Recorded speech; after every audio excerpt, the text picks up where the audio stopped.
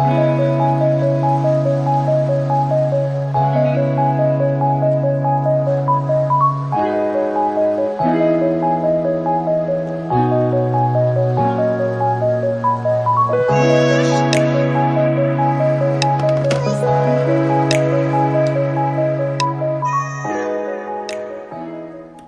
lemon just makes it so disgusting.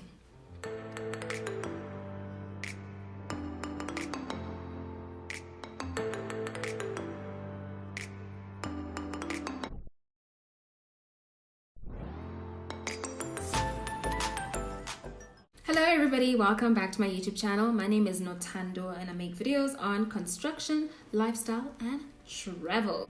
If it's your first time here, welcome. And if you're a returning subscriber, thank you so much for tuning in. Don't forget to like the video.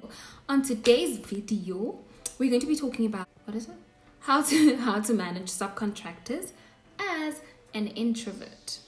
So the construction industry is not an industry that is a one-man industry from start to completion. Instead, you will have to collaborate with other companies in order to get the work done.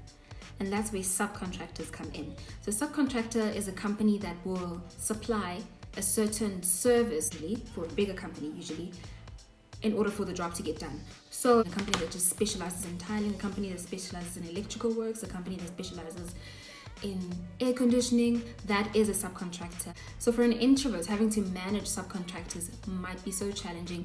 Your natural reserve might make the task more difficult than it actually is. Rather than avoiding the task, let us look at 3 ways in which you can make your life easier when it comes to managing subcontractors. Tip number 1 is do your research. I feel like this is the golden rule of subcontractors.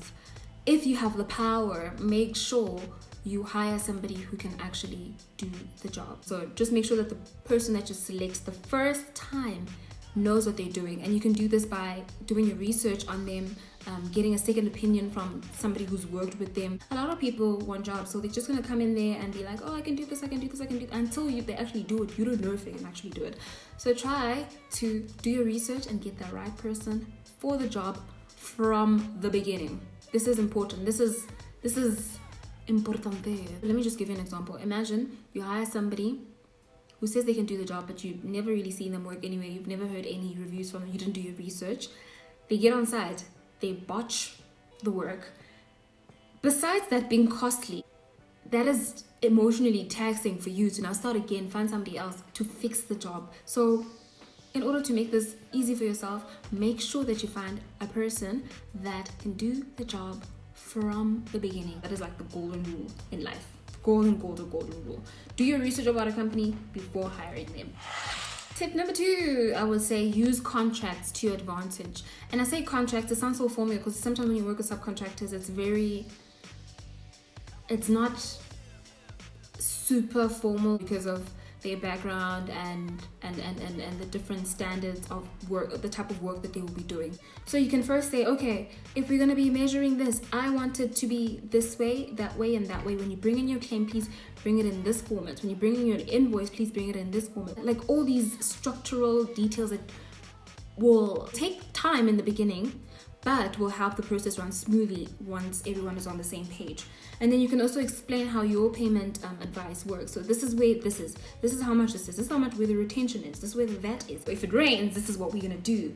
If I can't meet with you on a Tuesday, I will meet with you on a Thursday, so that there's no requirements for you to go back into a meeting with them. Just try to discuss every single aspect of the job from the beginning in order to avoid having to meet up and iron out the tiniest of differences, because as an introvert, that is draining to you.